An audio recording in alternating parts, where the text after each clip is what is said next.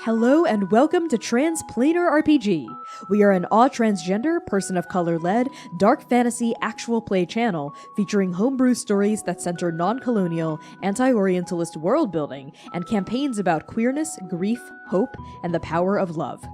GODKILLER, First Blood is a 16-part podcast miniseries that follows a mythic, violent, and transformative tale about a single mortal rising against the challenges of the divine. Tonight, your god is me, Connie Chong, and my godkiller is C. Thomas. First Blood is a dark fantasy series that explores themes that may be triggering for some listeners. Content warnings for this episode may include fantasy violence, gore, body horror, blood, classism, poverty, religious imagery, immolation and fire, death of loved ones, grief, trauma, insects and bug horror, consumption, PTSD and panic attacks, and brief mentions of heights, falling, and cannibalism.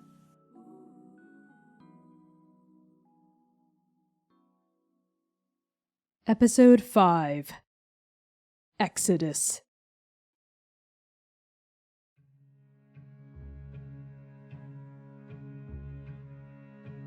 The speaker of the above, servant of the witness, Antigone, sits at the cramped tea table marked with water rings and old dents. She sips the mug of hot water the miner's grandmother had poured her, and she waits for her champion to return with their prize. The door opens. Eos's familiar, heavy footsteps cross the threshold. Without looking up, her lips still pressed to the chipped mug, Antigone says, "You're getting sloppy. I expected you back in 5 minutes. It's been 6. When her champion does not respond, Antigone knows something is wrong. She turns her head and stares at Eos, who stands in the doorway, empty-handed. Not a single dirty miner in sight. Eos, where's the miner? I dropped them. What do you mean you dropped them? The chase went bad. They fell. I dropped them. They fell? Where? Down the hole? The hole in the middle of this God's Forsaken pit town? They fell down the hole? Yes. Eos, that hole is hundreds of feet deep. You saw them fall? Yes. They're gone. Yes. Gods, okay, well, this is inconvenient, Eos. I didn't want to spend another minute longer in this place, but I suppose we have to. I need to ask their corpse some questions before the ghost bleeds out of them. Get me to the bottom of this pit, Eos. Rune. At the bottom of Iron 42, subsumed by greasy darkness, in the throat of this god who has taken your entire life away from you, I need you to roll 2d6 to kill a god. No modifiers. Okay. Big money. Uh-oh. What'd you get? Uh-oh. What'd you get? Uh-oh. That was a 5. Oh. That was not That's good. a miss. That was not good. Uh-oh, ladies. That is a miss. So when you confront a god in their true form, you're literally inside of it right now, and exploit their downfall to kill them, describe how you slay them. Okay. Inside this subsuming, cold darkness, Rune counts the number of years they have left on one hand, and then 2. They don't need any extra fingers to get to the end of their lifespan. But as they count, each of their fingers starts to burn. And Rune grasps for those 2 long knives, dangling uselessly at their sides, held onto them by the chain that's wrapped around their torso. They pick up one, pressing against this soft white flesh that's surrounding them, and then they grasp the other. And as they shove the entire length of that long knife into the skin directly above their head, they count out loud, 1, 2, 3. And they are shoving both of their long knives upward. 10 firm strikes, one for each year that they have left that this god would steal from them. Punching their knives up, up, up, up, up, carving away at him from the inside. From the outside of Athamos, the unsighing toil, there is a beat of perfect stillness, of immaculate silence after he swallows you whole. And then the back of his neck bulges, these huge plates of chitin distending and distorting upward. His crimson eyes fly wide, wide, wide, like coals expanding underwater, and he lets out a desperate, keening, haunting, What? No! Impossible! And on that, you explode out the back of his throat, the back of his neck, in an expulsion of red, white, and golden blood. Divine viscera flying through the air in these huge organic chunks, combined by shattered plates of chitin. And we see you hovering there, staggering there a bit, wavering, stuck out of the back of his neck like an assassin's blade into someone's back. And then, like, his entire reared up front half slams onto the ground like a massive oak tree being felled. Boom! He hits the floor, and massive greasy gray clouds of sediment rise up as this giant falls. Still halfway out of his neck, I think Rune also falls, and as his body slams onto the ground, Rune is flung off and rolls, I think, a few feet away from his body, coming to stillness in this dust cloud.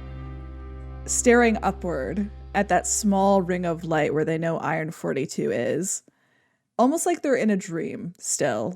Ever since they hit the ground, they've been in this dream that they are moving through because they must. And they're staring up with that mismatched gaze, staring at that ring of light. The smoke starting to trail off of their shoulders as it curls upward into that beautiful oblivion. And Rune just sighs. 10.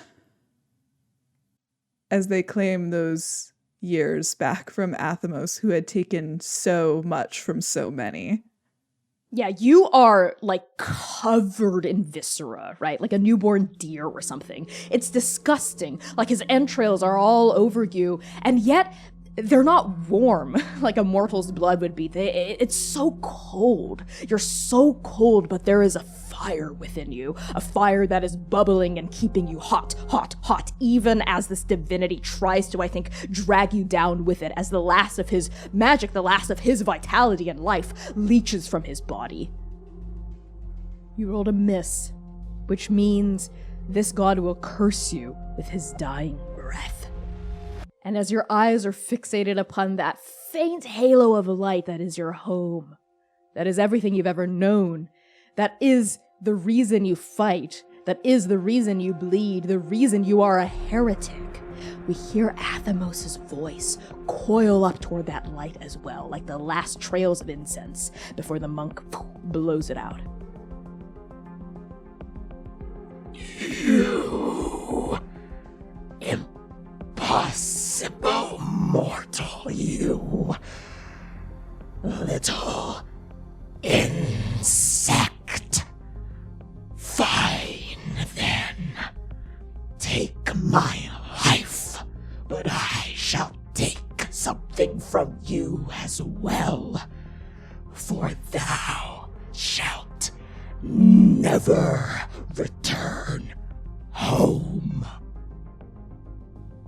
As Athamos' ghost launches upward and outward from Iron 42, Rune, every single god in the cradle feels this death. And every single god turns their gaze in the direction of you. One by one, above it all, Behind the clouds, behind the desiccated stream of the long dead river, we see a massive eye open in the sky and swivel towards your home. As all of the major arcana gods since the birth of the Godkiller. Back at the bottom of the pit, Rune, it starts to rain. I'm sorry, what? That's right. Rain. It's falling around you. I think you see these little droplets like splatter onto this dust-filled, viscera-filled cacophony lying at your feet. And you feel a few drops of it splatter onto you as well. It's raining, which Iron 42 almost never gets rain, especially the lower you go, right? Rain takes a long time to filter downward, and it's quite rare. The weather here is arid. Rain is unusual. But yeah, it's raining. What do you do? Rune had turned their gaze onto Athemos's body as he cursed them, as that binding gesh coils around their soul. And that's the moment where the smoke starts to go out. Like the rain, each drop of rain sizzles against Rune's skin and evaporates. But the fire starts to go cold. And this low feeling like falling starts to build in their stomach as the words keep going around and around and around in their head. Thou shalt not return home. What is that? What is that? What is that? What does that mean? And their eyes now starting to widen with fear as they realize what just happened. They realize what they've done. They look at their hands. They look at their swords covered in this gold blood. They realize that all of them is covered head to toe in golden blood. And they notice the rain starting to fall on their arms, around their feet. And they wrench their gaze back upward toward the sky, towards that pinprick of light so far above them. You! This voice cuts through the darkness like a knife. And you see, coming out of an elevator shaft embedded in the wall, is the speaker of the above, Antigone, and her champion. This is the same elevator shaft that all the miners of Iron 42 take every season when it's tithing time, down to the sacrificial chamber for Athemos. And you see this woman in her pristine white robes looking like some beautiful nocturnal moth in the midst of this carnage, cutting through it to approach you. And she does pause at all the viscera that is surrounding you, like she doesn't want to get her robes dirty on it, and her eyes are wide and her face looks stricken. And her champion behind her, you've only ever seen her face as just like a flat circle, like this champion has never made an expression at you before, but there is something dark drawn across it, and kind of tension and stress eating away at the edges of her visage. And Antigone, the speaker, pauses maybe 30 feet away from you and is looking at you like you're a monster or something, but also the lamb set upon the altar, but also the thing that will eat the lamb. What was that? What did you do? Rune flinches upon hearing her voice at first, and they take like 3 steps back immediately as she comes toward them, with their long knives still gripped in their hands. And they look a lot like a rabid wild coyote that just got caught in the chicken coop. They take those 3 steps back, their gaze flicks from her face, wide with open shock, to Eos's, the woman who had just dropped them down here, and then back to the speaker's face. They shake their head once quickly. What's happening? What is this? How did you... This is your god, isn't it? This is Athemos? Is he dead? Rune nods, feverishly, fervently. Antigone wrenches her gaze away from your face and stares at Athemos' corpse. And she looks like she is in as much shock as you are, I think. Like she's just kind of taking all of this in.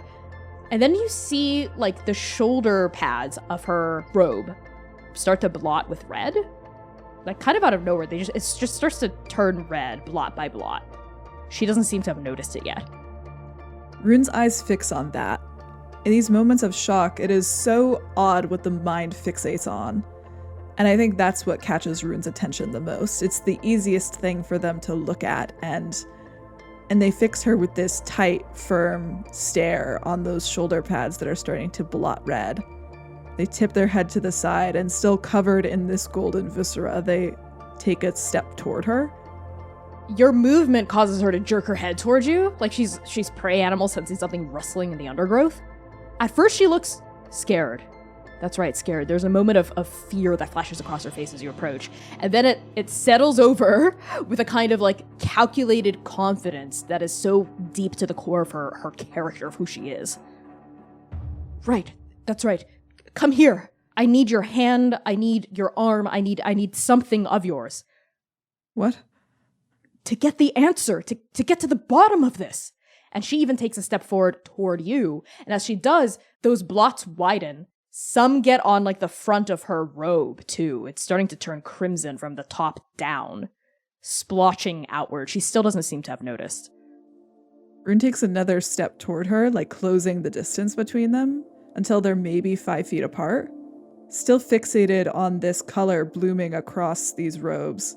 And they say, quietly under their breath, "Your dress is changing color." What are you talking about? Just give me your hand. She reaches out for your left hand. Rune flinches away from her. Give it to me. I can figure out what's happening. I can get to the bottom of this. I can get answers about what's occurred here, because it can't be that you, because it's impossible for you to have killed him. I saw him eat you from the elevator. Eos and I, we saw, and then what happened next is well, it is impossible. It can't have happened. It can't. But I know how to get answers. I am the speaker of the above, and the witness has gifted me with a fragment of his power, of his sight. So give me your hand, and I'll figure this out. Rune stares at her hand very intensely, and this small desire in their chest starts to bloom into something real, a desire to know why they've been plagued by nightmares, why they can only ever dream of a street full of ghosts, why their memories haunt them so loudly and so viciously, why the devil is still with them, where he's gone. And that word, God-killer, rattles around the inside of Rune's brain as they stare at her hand. As your hand lifts toward hers, right before your fingers touch, she pauses, as I think a red blotch opens up on her palm, and then on her wrist, and then on your fingers, and your wrist, and your forearm. And I think the two of you realize simultaneously what's happening. This isn't just color blooming across her body or your body. This is the rain. It's the rain that's been falling from the sky, but it's not water. It's blood. What? What is... Rune wrenches their gaze upward. Antigone does as well, and so does Eos behind her. The three of you at the same time look up. And the rain has intensified. It's gotten heavier. More and more drops of this crimson liquid start splashing onto the ground around you, pooling in with the golden viscera from Athamos' corpse. And as these big, thick puddles of blood start to form around you, something starts rising out of the blood. All around you, all at once, like mushrooms sprouting after a rain. You see, blooming upward in crimson fountains, humanoid figures. The silhouettes of people. That's right, people. Of all sizes and shapes, with no facial features, just outlines. Bare suggestions of limbs, and instead of fingers, these long, raking claws. They start to lift up out of these pools of blood and twitch. And every time they twitch, there is a kind of slick, organic cracking noise, like as they move. Here's a world-building question for you. Yes. How common are monsters? Monsters are common, typically in the fringe around dead zones within the cradle and between settled areas. So if you're traveling the wilderness a lot or taking like paths off the beaten road, you might run into a monster or two. But definitely not like in the middle of a town. Like that's very unusual. Would you like to recognize a god? Yes. Is that an option here? Yes, that is an option. I would love to recognize a god or their influence as Rune stares wide-eyed, taking 2 steps back from these blood people starting to rise out of the gore and viscera of the rain. Yes. Okay, so roll 2d6. You add 1 for each true statement. You're in or near their domain?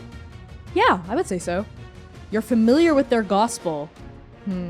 I would say yes. Yes? I would say yes. Okay. It'd be bad if you didn't know. Yes, +3. Oh boy. Oh, now I roll well. 11. Overkill. I can never not overkill on this move. Classic Godkiller. On a 10+, you realize your divinity is actively trespassing against them right now. The GM will say how. That's perfect, actually.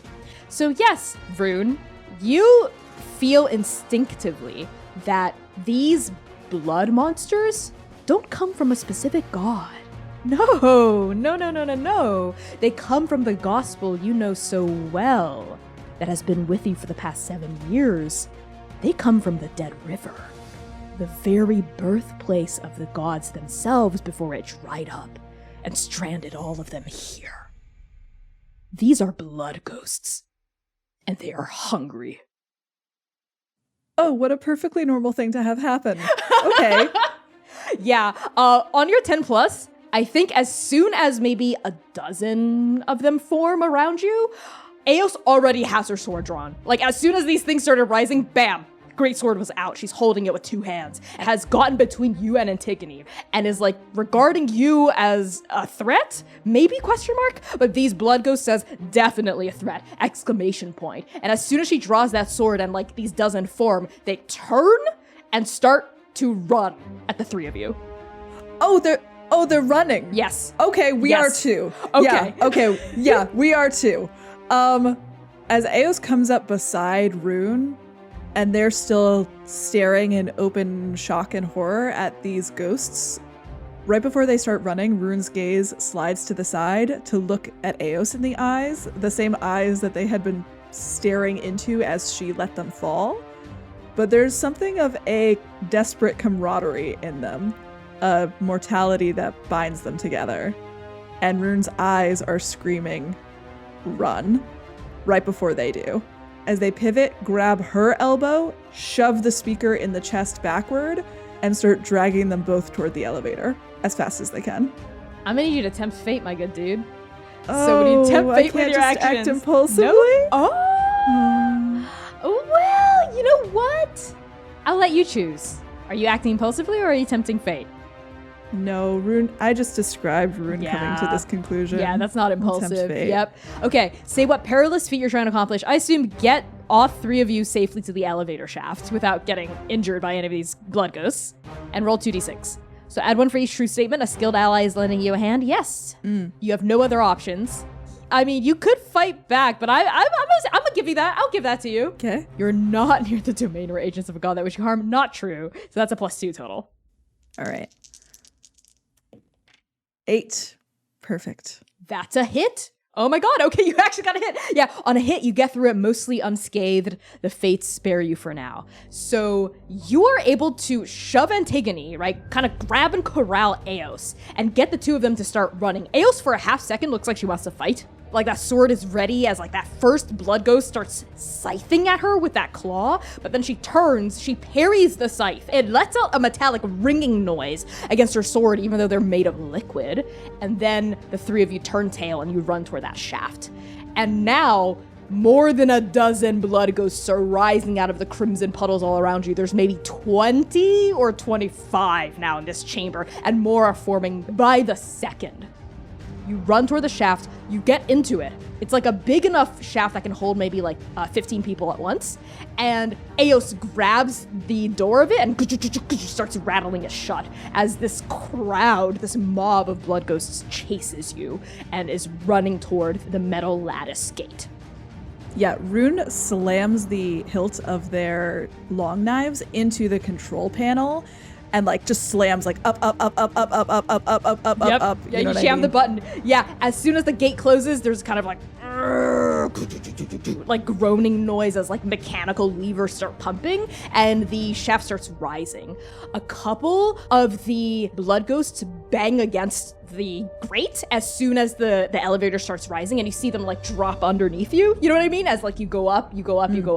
But a couple of them get through. You see some hands stick their way through like the shaft right before the elevator cuts it off. Like liquid pours through the grates, right? And then it's cut off. So there's maybe like an inch or two of these scrabbling, half liquid, half solid, half gelid hands with those long claws just on the floor of this elevator with you as you go up.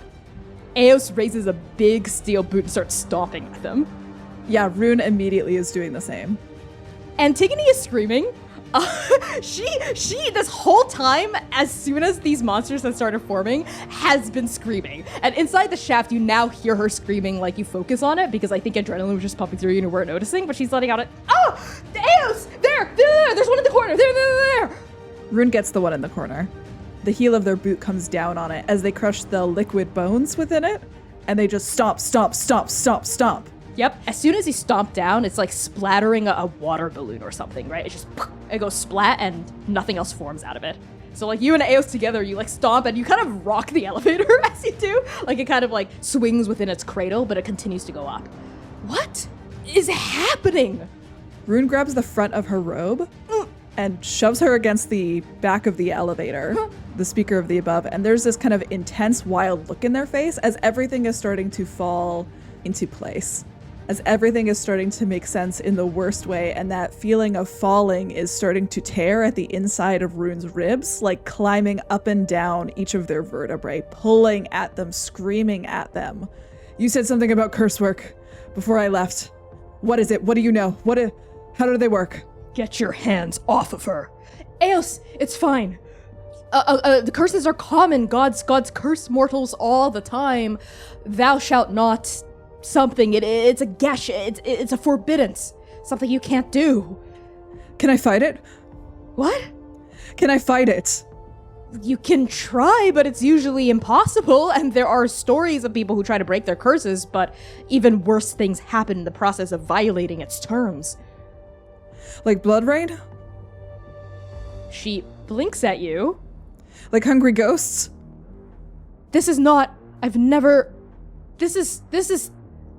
These are omens that only happen when a god dies.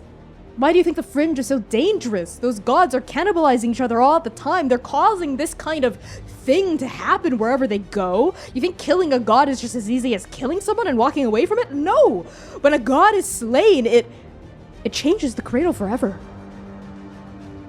There's a pause as she says that. Looks back at you. Athamos, his dying breath, he cursed you. Rune's face is cracked open with a kind of dull terror as they're staring wide-eyed, still holding her against the back of the elevator.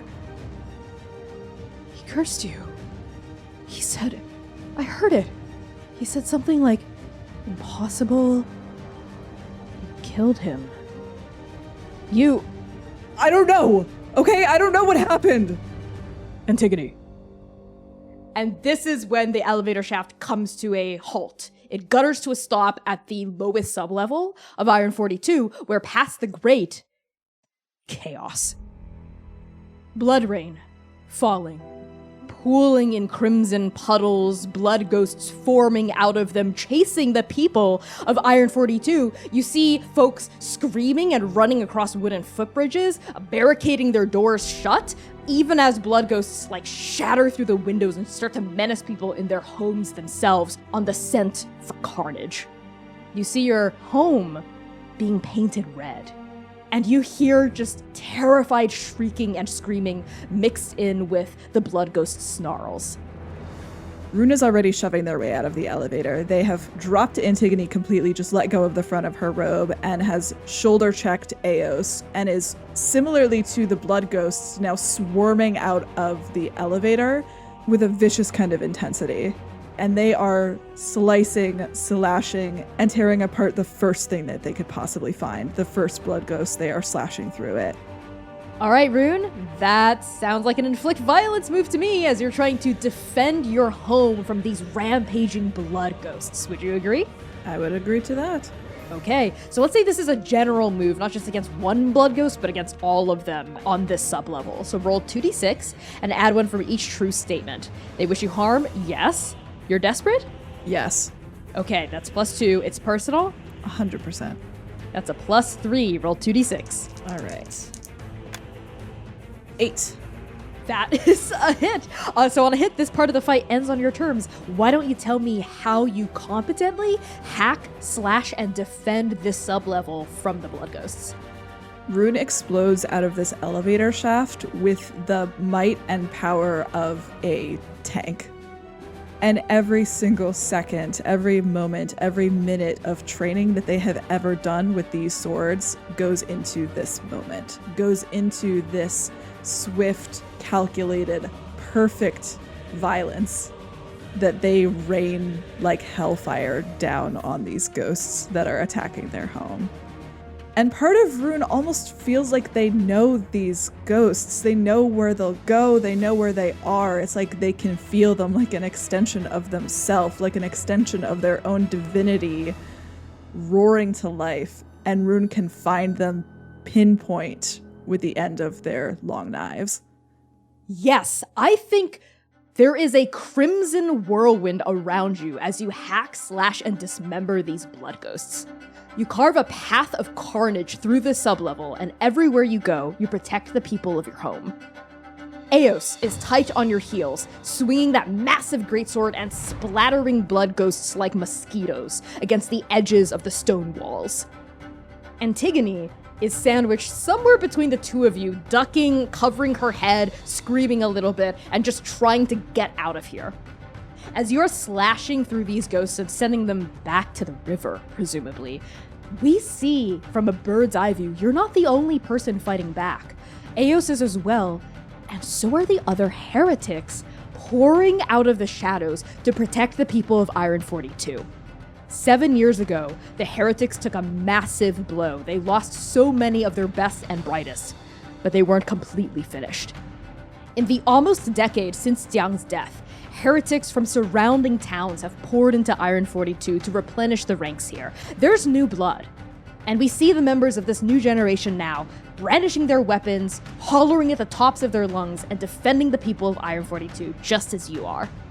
Yeah, I think Rune falls into line with the other heretics immediately, quickly. This was a last case, worst case scenario to defend Iron 42 from attack, but all of the heretics are competent fighters, no matter what their discipline or focus is within the cell. So I think some of that frenzied fear and focus almost clarifies in Rune as they start to carve forward, see faces they recognize, the faces of their comrades, but people Rune never allowed close enough to be considered family, like the 21 Damned. You fall into line like a perfectly trained soldier. And as you join a group of heretics defending a cluster of residential apartments, it is Eos, actually, who pauses by your side and looks down at you with rigorous intention. We have to go. We have to get out of here. Come. Then go. I'm not leaving. What are you talking about? I'm not leaving. They need my help. Go if you need to go. Eos, we have to leave. This place, it's going to hells. You have to come with us now. And Rune is launching at another group of blood ghosts that are starting to rise up out of these puddles of crimson. The specific puddle you launch yourself at is a story below you and kind of off to your left. And you see on that platform, Rexha, your old mentor from 7 years ago, the one person who didn't go into the tunnels with you and Xiang and the rest of the damned, and she has her back turned to this newly forming puddle and is fighting off no fewer than 4 or 5 blood ghosts at the same time. Her leather gauntlets have those blades popped out, so she looks like a motherfucking Wolverine, right? And she's like slashing and hacking, like dismembering ghosts left and right. But you see like a huge blood ghost, like a big lumbering 6 foot, 7 foot tall humanoid figure begin to rise out of that puddle behind her and start to like loom down on her. Rune falls down on top of it like a bat out of hell. With a firm shout, Rekja! Rune lands on top of this giant blood ghost's head, and they sink both of their long knives through where each temple would be, crisscrossing it immediately and pulling them out in a swift, firm motion. Yes, this blood ghost stumbles backward as you pierce its skull, and then, like the rest of the now re-dead blood ghosts, sloughs off into just a massive puddle of crimson liquid. And I think you fall, like the 7 feet where you were attached to their shoulders, onto the platform behind Rekja. Rekja uses one last swipe of her claw to decapitate the 2 remaining ghosts she's fighting, and they tumble in ribbons of blood down into the pit. She whirls around to look at you. Rune! Rune is on their knees already, scrambling up to look at her, and I think there's a moment where they almost look like they're in prayer at her feet, covered in this golden viscera splattered with blood rain, and this open, desperate, horrified look comes over their face as they see her, as they see Rekja. And there is an embarrassing amount of relief, I think, that pours over them as this feeling in their chest continues to rise in them, like the feeling of falling, like their heart is plummeting out the bottom of their stomach, like there is something crawling up and down each vertebra of their spine, playing inside of their ribs like a jungle gym. And Rune looks up at her. Rekja, I don't know what happened. Rune, what's going on? Are you okay? I don't know. I fell down into the pit. I fell down to the sacrifice chamber. And what? Athamos, and they swallow hard, and they stumble over the name Athamos. It catches in their throat. They breathe it in and dispel it like smoke in their lungs. And they look up at her, breathing hard.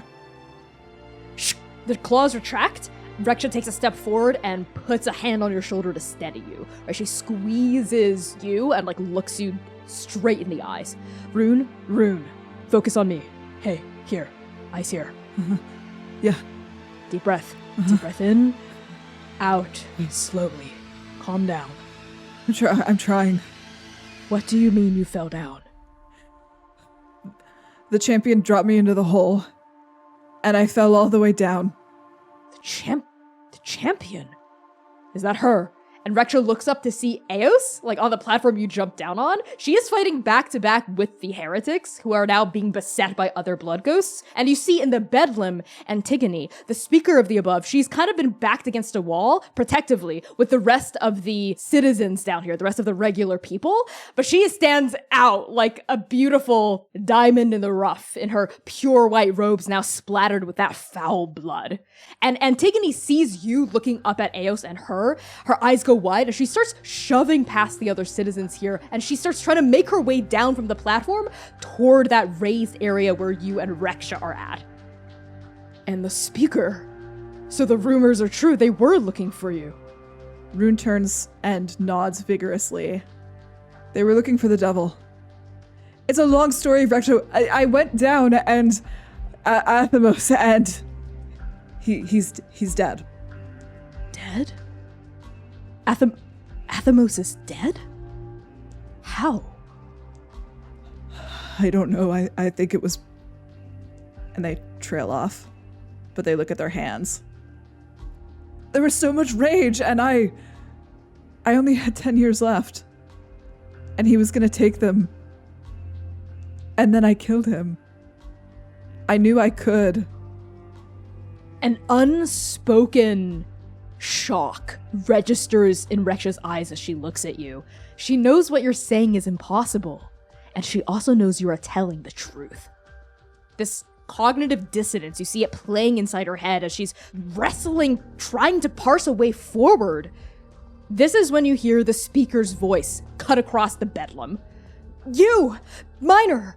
And we see Antigone making her way very quickly across a footbridge, trying to approach the area where you and Rekja are. Athamos cursed them.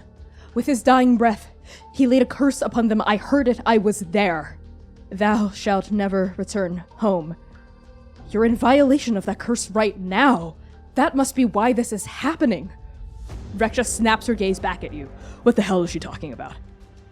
When he died, I could feel his ghost. I could feel his ghost going, and Rune touches that spot just underneath their solar plexus, the bottom of their ribs, where that line of scar tissue runs underneath their pectorals. They hold themselves there like they feel like their heart is about to spill out of their chest, and they look at her with this honest desperation. We can help. This is Antigone cutting in again. The Citadel. There are resources, magical tomes, traditions, rituals there I can access that I can't hear. I can help lift this curse. Rune's gaze snaps to her, fixes her with this kind of intense look, and then back to Rexha.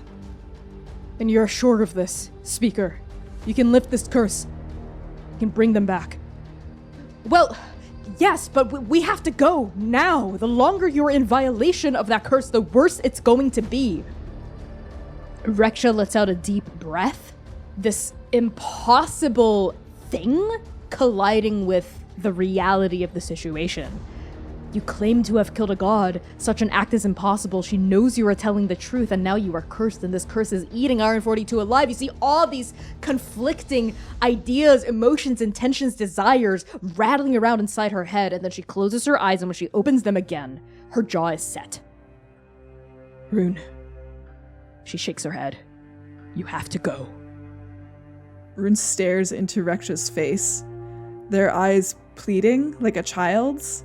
Like they know what's about to happen and they just don't want it to be true. They want her to tell them that it's not true. No. Rune. Rexha. Rune. Please don't make me go. 7 years ago.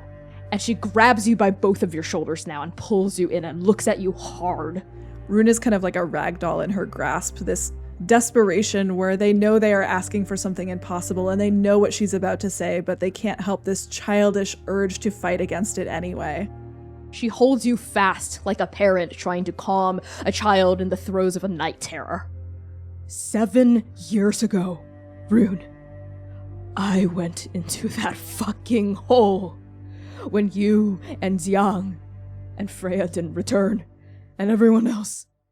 I waited an hour past the safe time. I waited 2 hours. I waited 6. And then I could wait no more. So I went into that fucking hole. I walked through the mines and I entered that cursed cathedral. Rexha. And all I saw was death. All I saw was ash and carnage. Everyone was dead. Everyone. Except you. No. No, Rexha, don't make me go. And Rune, this tale is not unfamiliar to you. Rexha has told you this as much multiple times over the past 7 years, but there's something about the retelling here that feels urgent and new. I carried you out of that graveyard, across my shoulders, and I nursed you back to health. For a month, 2 months, half a year you were catatonic. You said nothing. You were so traumatized you could barely eat, Rune, let alone speak. And when you did speak, it was nonsense. We could make no heads nor tails of what you were trying to say. Your mouth kept gibbering. You bit off my fucking finger, and she lifts a hand from your shoulder to show a wooden finger. But I did this. I nursed you back. I brought you back to yourself because that is what we do as heretics. We take care of each other. Then I can't leave. Then I can't leave you to take care of yourself. I wasn't able to take care of them. Please don't make me leave you. Rune, you may still be haunted by Xiang and Aaliyah and Opal and Freya and all of them. But Iron 42 has transformed. We have new blood now. We need direction. We need hope. We need something else to fight for. Rune, the best way you can take care of your home now, the best way you can take care of the people who are still here, who still love you, is if you go and you figure out what's happening with you. And I don't just mean this curse that Athamos has placed upon you. I mean this curse that has followed you for 7 years. Don't think I haven't noticed, Rune. Your eye. The way you wake up every night thrashing and sweating from nightmares? The way you refuse to talk about what really happened down there? I don't know what really happened down there. So you have to figure it out. You owe it to yourself to know.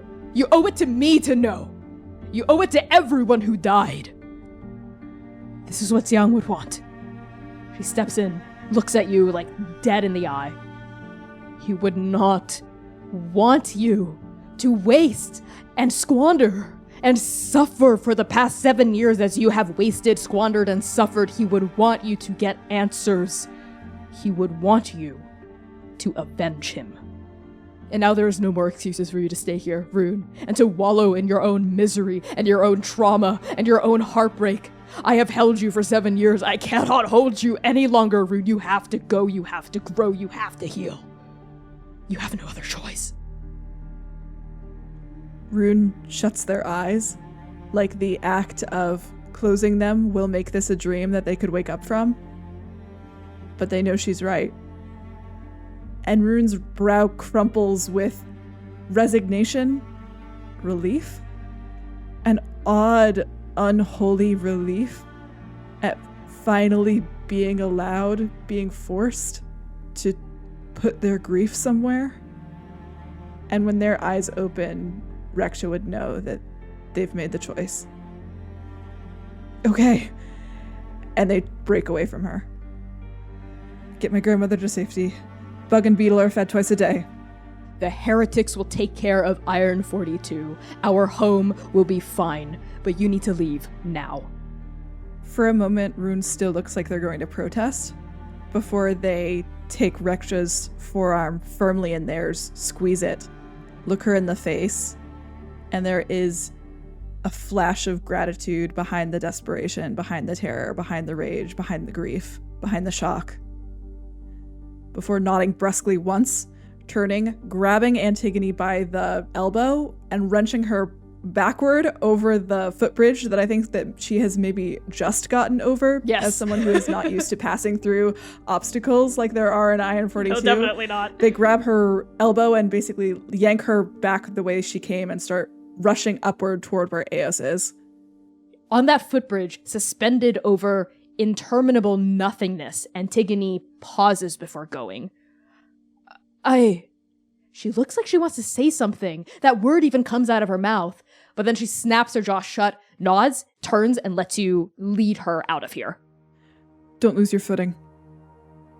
I'm not going to lose my footing. This footbridge is plenty wide enough for... And she trips a little and grabs onto you, right? And lets you usher her the rest of the way across. And as you get to the other landing where the heretics and Eos have finally beat back this next wave, this next onslaught of blood ghosts, you see members of this new generation pin their eyes on you. So they give you nods, they give you salutes, they give you quick waves with their weapons before they turn and start to corral the citizens to safety. Rune sweeps the crowd for half a second, looking for their grandmother, their father who's still alive, even though he's miles deep into the mines. But I don't think they see either of them. And there's a grim determination that comes over them as they pin Eos with a firm look and turn their gaze back toward Antigone. We're getting out of here, now. Eos flicks her blade, and a splat of blood splashes against a stone wall. Lead the way.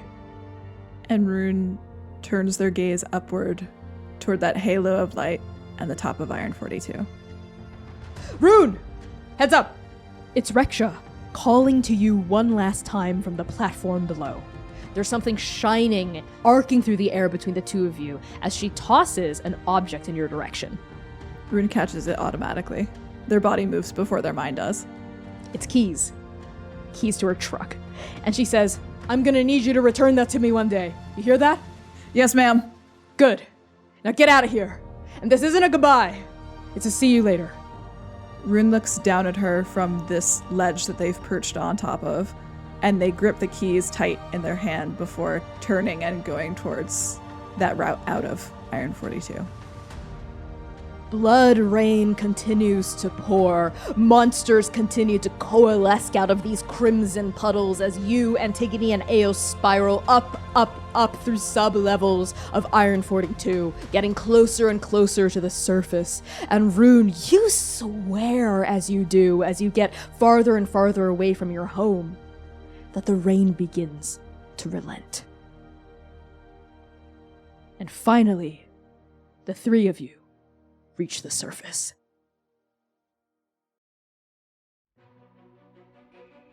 GODKILLER First Blood is performed by Connie Chong and C. Thomas. Follow Connie on Twitter and TikTok at @byConnieChong and C on Twitter at CPlaysRPG. To play your very own campaign of GODKILLER and support our show, pre-order GODKILLER First Blood Edition on itch.io today. Transplanar RPG is made possible by your Patreon contributions and sponsors who believe in our mission to tell great stories and lift up our community. Sponsors like ExplainTrade.com. Explain Trade is a negotiation skills consultancy whose director, Dimitri Opines on Twitter, has asked us to say, and I quote, "Please sign up for Transplanar's Patreon because at some point people will figure out he's a cisgender white guy giving all his money to trans and queer art and then he'll be too broke to sponsor us." We love you, Dimitri, and heed his words. Sign up for our Patreon today at patreon.com/transplanarrpg. First Blood is also sponsored by Start Playing Games, the largest online platform for players to find tabletop role-playing campaigns of your very own. Join a table that fits your schedule today at startplaying.games. We are also sponsored by Magpie Games, the independent TTRPG publisher behind such incredible works as Masks: A New Generation, Avatar Legends, Urban Shadows, Bluebeard's Bride, and much, much more. Check out their amazing selection of Powered by the Apocalypse games at magpiegames.com. Finally, we're proud to be sponsored by Roll. Roll is an online RPG platform that serves as a video-first alternative to complex virtual tabletops. Build, modify, and play your very own games of GODKILLER on Roll today at playroll.com.